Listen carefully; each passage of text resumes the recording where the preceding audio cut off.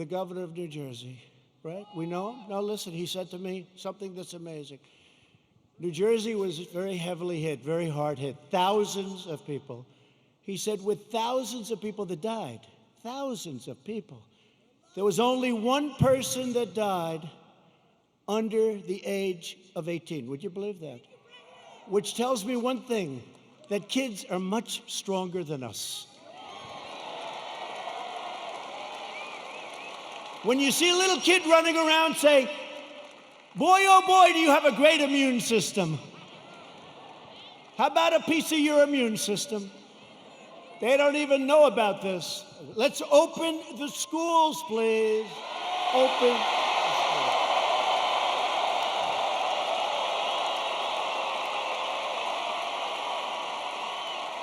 Open the schools.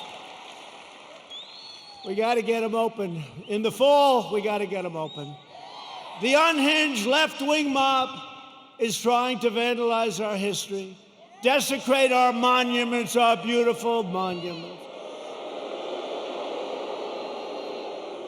tear down our statues, and punish, cancel, and persecute anyone who does not conform to their demands for absolute and total control. We're not conforming. That's why we're here, actually.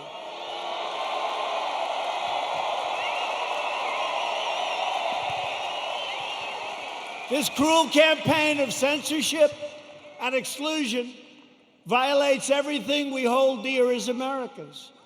They want to demolish our heritage so they can impose their new oppressive regime in its place. They want to defund and dissolve our police departments. Think of that. You know, I heard it for the first time 2 weeks ago. I said, well, that one, I mean, they're only kidding. I said, they're not. Minneapolis, you see what's going on? They're not kidding. They got a lot of problems. They'll have a lot of problems. Hey, it's 1 o'clock in the morning, and a very tough, you know, I've used the word on occasion, hombre. A very tough hombre is breaking into the window of a young woman whose husband is away as a traveling salesman or whatever he may do. And you call 911, and they say, I'm sorry, this number is no longer working. By the way, you have many cases like that, many, whether it's a young woman, an old woman, a young man, or an old man, and you're sleeping. So what are you going to do, right? So they want to defund. They really do. This is a serious movement.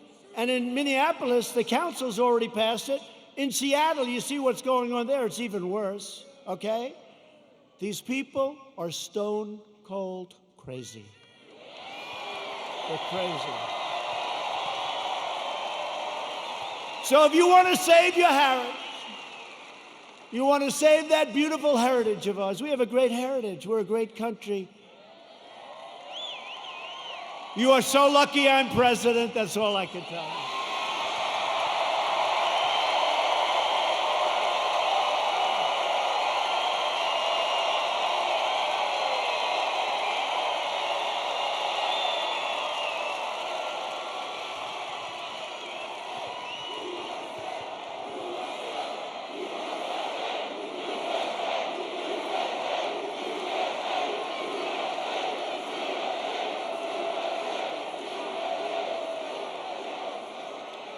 People have come up to me and say, how do you take it? I say, do I have a choice? Do I have a choice? We deal with a lot of bad people, but we're winning. And every once in a while, I'll have one of these days where I'm hit left and right, like even this great event. What if you could have seen outside, or if you could have heard the reports, oh, it's COVID, it's this, I've got... It's, by the way, it's a disease, without question, has more names than any disease in history. I can name Kung Flu. I can name 19 different versions of names. Many call it a virus, which it is. Many call it a flu. What difference? I think we have 19 or 20 versions of the name. But they say to me, where do you get the energy? I say, I don't have a choice. I don't have a choice. You know, it was interesting to show you how fake they are. You might have seen it. So last week they called me and they say, sir, West Point, we're ready. I said, oh, that's right. I have to make the commencement speech at West Point. You know, they delayed it for 6 weeks because of COVID. So they delayed it, and I went there. 1,106 cadets were graduating, and beautiful. Right? Beautiful cadets. So this is just to show you how bad the fake news is. So they say to me, sir, we're ready to go. I say, let's go. This is after saying hello to a lot of cadets, inspecting little areas of a building that was very exciting. Actually, it's beautiful, very old. Studied a lot of our great generals, some of our presidents that went there. West Point is beautiful, right on the Hudson River. But after an hour, general that runs it is a fantastic guy. After an hour, we land. We do some more inspections, and they say, sir, are you ready? Yes, I am. So we walk like the equivalent of about 3 blocks, which was fine. We go on stage, which is fine. They make speeches, then I make a speech. It lasted a long time. I don't know, maybe 45 minutes, maybe longer. I don't know, but a long time. The sun is pouring down on me, okay? But they said to me before the speech, sir, would you like to salute each cadet, each single cadet, or maybe they'll be in groups of 2. Would you like to salute like this? Yes. Like this. Almost 600 times. You know what that is? 600 times!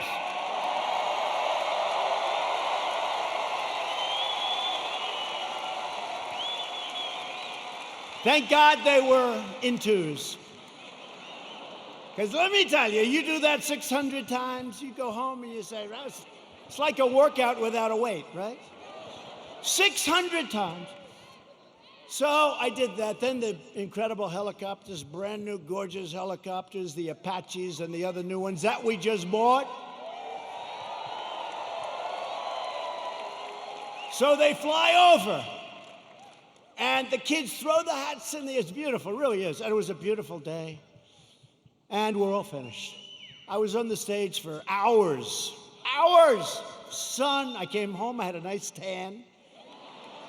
Meaning I had a nice sunburn.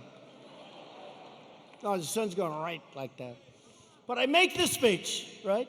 I salute for probably an hour and a half, maybe more, but around that. Watch, if I'm off by 2 minutes, I'll say, he exaggerated. It was only an hour and 25 minutes. He exaggerated, he lied, he's a liar. These people are sick, the fake news.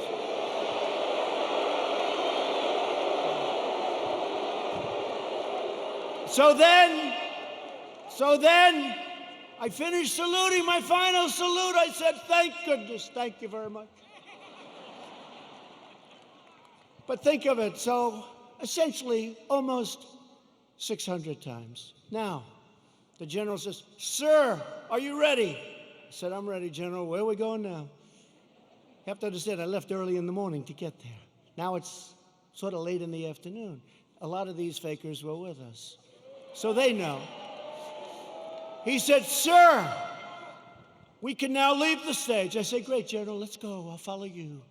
And he goes like this, right here, sir. I'll walk on.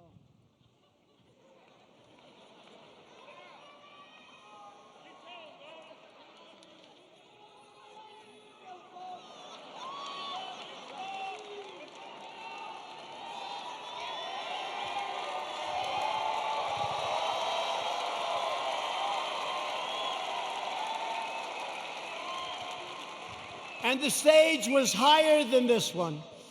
And the ramp was probably 10 yards long. I say, General! Now you gotta understand, I have the whole Corps of Cadets looking at me. And I want them to love their president. I did this big thing. I love them, I love them. They're incredible, and they do. I said, General, I've got myself a problem, General. because I'm wearing leather bottom shoes, which is good if you're walking on flat surfaces. It's not good for ramps. And if I fall down, look at all those press back there. Look at that.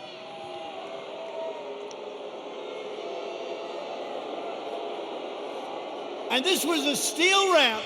You all saw it, because everybody saw it. This was a steel ramp. It had no handrail. It was like an ice skating rink. And I said, General, I have a problem. And he didn't understand that at first. I said, there's no way. You understood? I just saluted almost 600 times. I just made a big speech. I sat for other speeches. I'm being baked. I'm being baked like a cake. I said, General, there's no way I can make it down that ramp without falling on my ass, General. I have no railing. True. It's true. So I said, is there like something else around? Sir, the ramp is ready to go.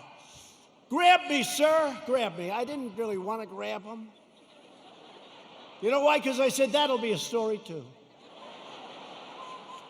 So now I have a choice. I can stay up there for another couple of hours and wait till I'm rescued.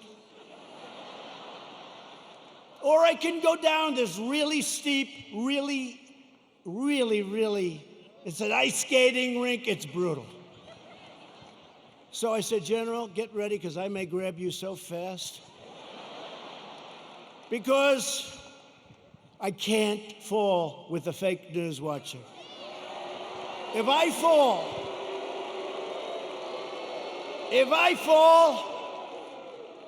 I remember when President Ford fell out of the plane, you remember? I remember when another president, nice man, threw up in Japan, and they did slow motion replays. It's true, right? It's true. I don't want that, General. Now he's standing there, big, strong guy, and he's got these shoes, but they're loaded with rubber on the bottom. Because the first thing I did, I looked at his shoes. Then I looked at mine. Very, very slippery. So I end up saying, okay, General, let's go. I will only grab you if I need you. That's not a good story. Falling would be a disaster. It turned out to be worse than anything. I would have been better off if I fell and slid down the damn ramp. Right? So what happens is I start the journey inch by inch, right?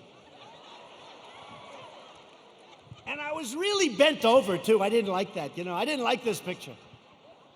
This picture, I'm sure, will be an ad by the fakers. So I was bent over, right? And I'm going like this.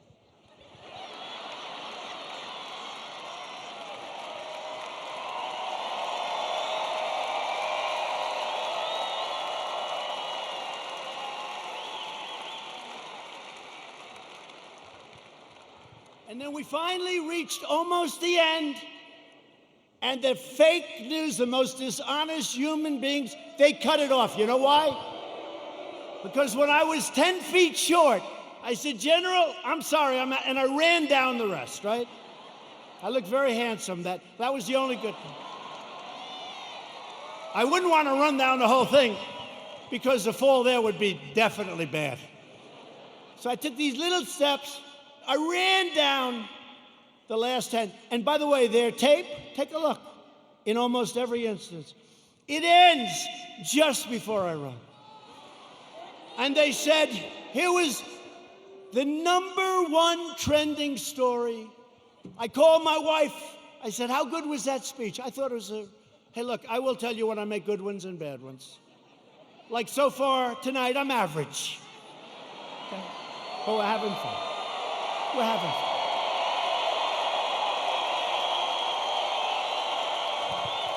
So far tonight. But I called my wife and I said, how good was it, darling? She said, you're trending #1. I said to our great First Lady, I said, let me ask you a question. Was it that good, the speech, that I'm trending #1? Because I felt it was really good. No, they don't even mention the speech. They mentioned the fact that you may have Parkinson's disease. It's true. It's true. It's true.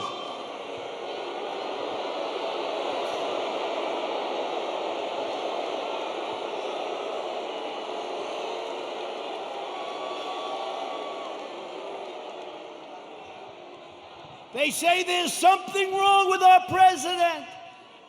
I'll let you know if there's something wrong, okay? I'll let you know if there's something. I'll tell you what, there's something wrong with Biden, that I can tell you.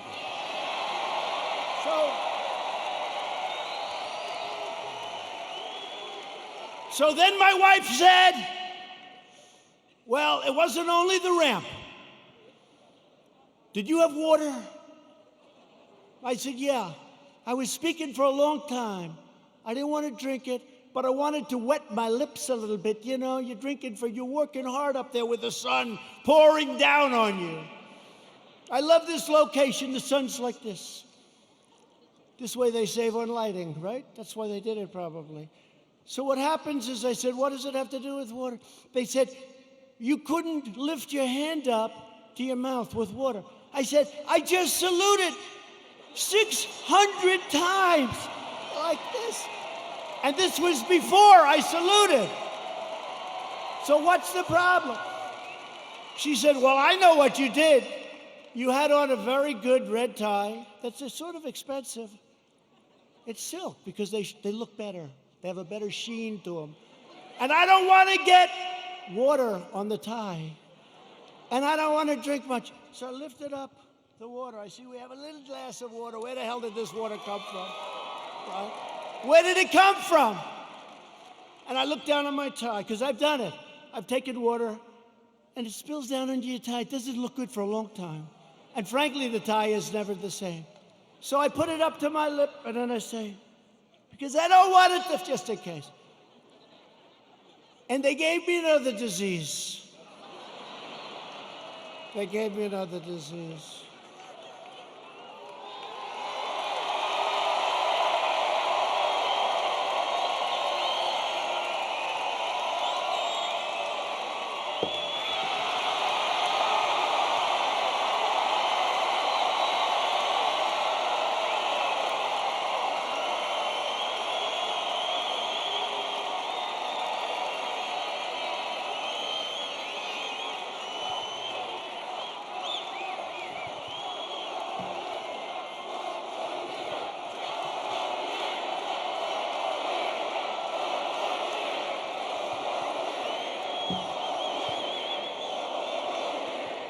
Anyway, that's a long story, but here's the story.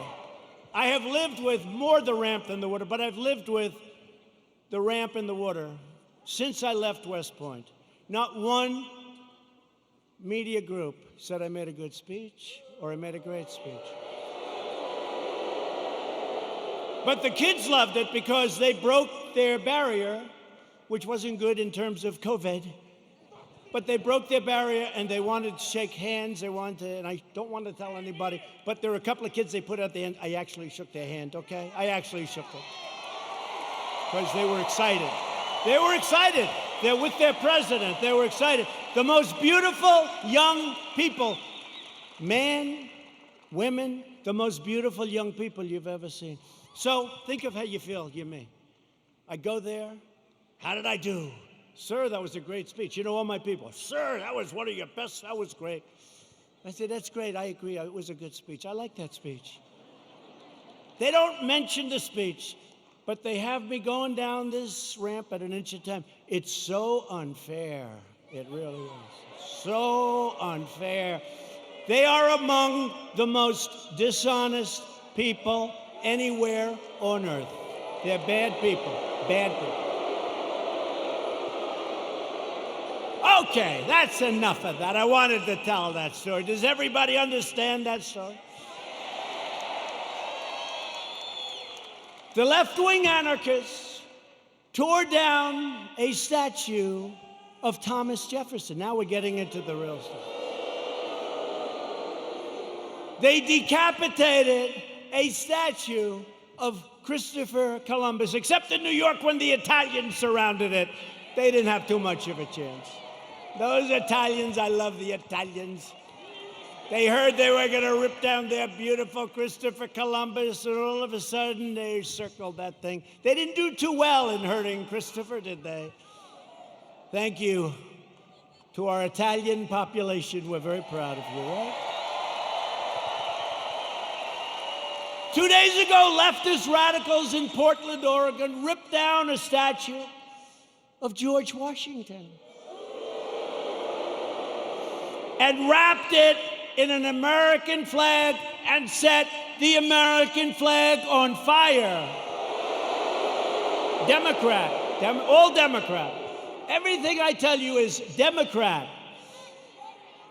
And you know, we ought to do something, Mr. Senators. We have 2 great senators. We ought to come up with legislation that if you burn the American flag, you go to jail for 1 year.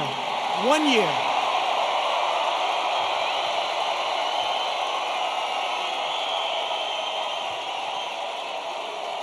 Jim and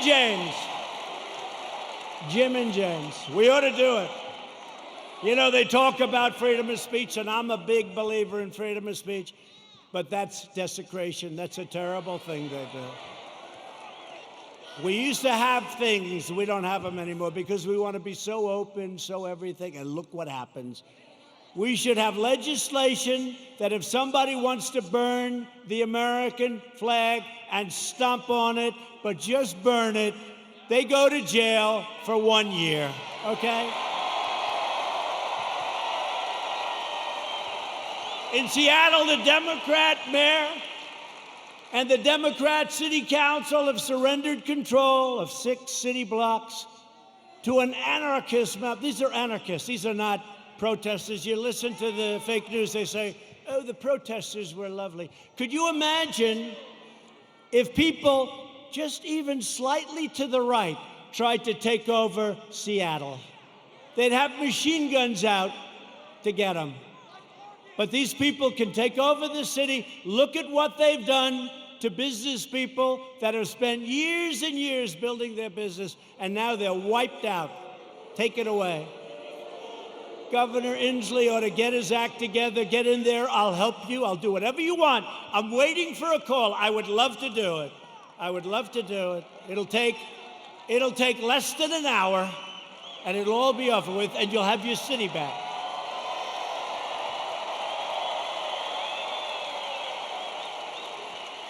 And yet Biden remains silent in his basement in the face of this brutal assault on our nation and the values of our nation.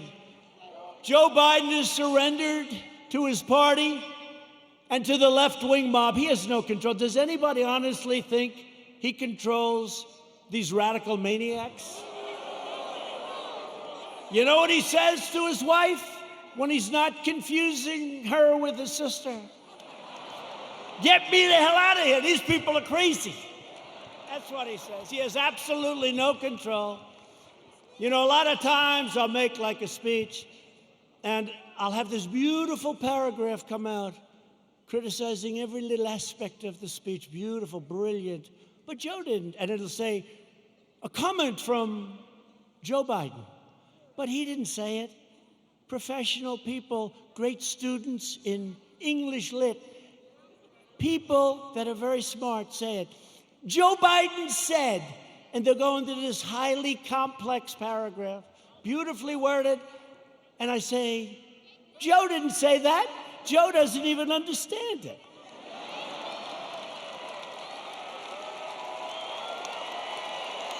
And if Biden is elected, he will surrender your country to these mobsters 100%. Your 401ks, by the way, look at how we're doing in the stock market. Just set another record with NASDAQ. Your 401ks and money itself will be worthless. Your 401ks are doing very well, unless, I don't want to say, if you were stupid, I said, don't sell. It went down, but we got it back up. And now NASDAQ, think of it, NASDAQ just set a record. And I think you're going to see a lot of records. And next year, if we don't do anything stupid on November 3rd, you are going to have the greatest economic year we've ever had. That'll be next year. If the Democrats gain power, then the rioters will be in charge, and no one will be safe, and no one will have control. Joe Biden is not the leader of his party. Joe Biden is a helpless puppet of the radical left. And he's not radical left. I don't think he knows what he is anymore. But he was never radical left. But he's controlled by the radical left. And now he's really controlled. His campaign staff even donated a lot of money to bail out rioters, looters, and arsonists who ravaged Minneapolis. They bailed them out. They put up a lot of money to bail them out, the rioters, the looters. And they were the arsonists. So they'll say, oh, it's terrible what he says about the people of our nation. Maybe some of them aren't even from our nation.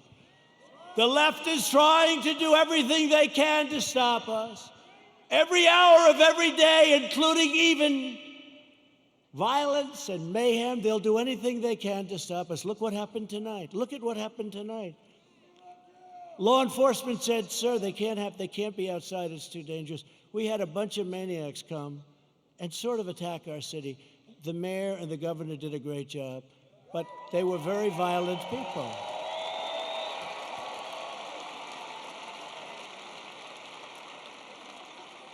And our people are not nearly as violent, but if they ever were, it would be a terrible, terrible day for the other side. Because I know our people. I know our people.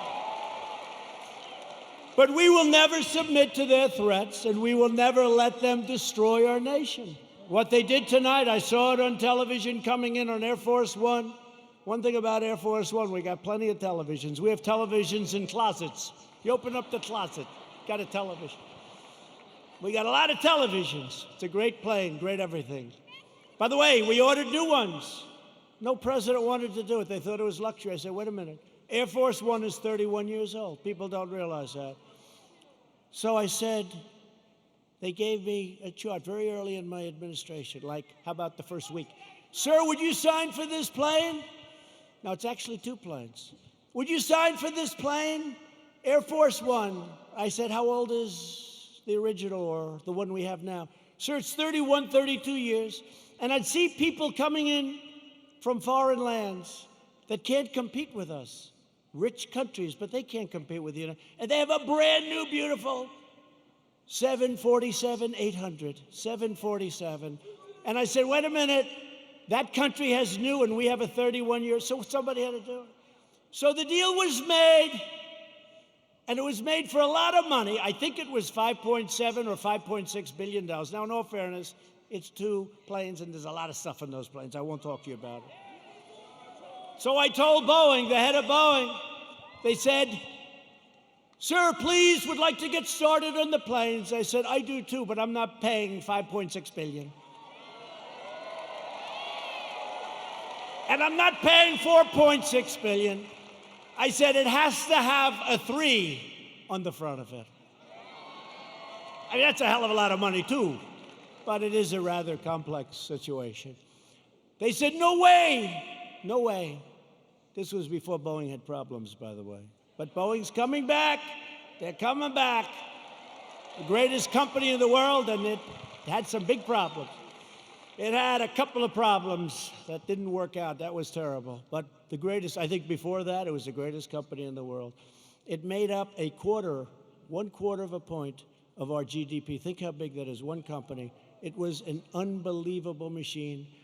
And then they made a plane, and they did some foolish things, and a terrible thing happened, and all of a sudden, they've gone through hell. But you know what? They're coming back. We're ready to help them if they need it, but they're coming back, and they're coming back strong.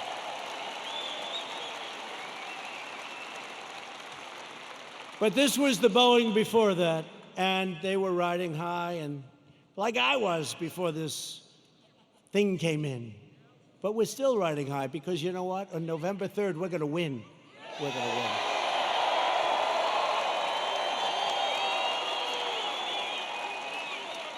So they came in and they said, no, we want 5.6 billion, whatever it was. If I'm a little bit off, they'll go crazy, you know. whatever. But it was a lot. 5.6 billion. Nope, got to have a 3. Got to have a 3.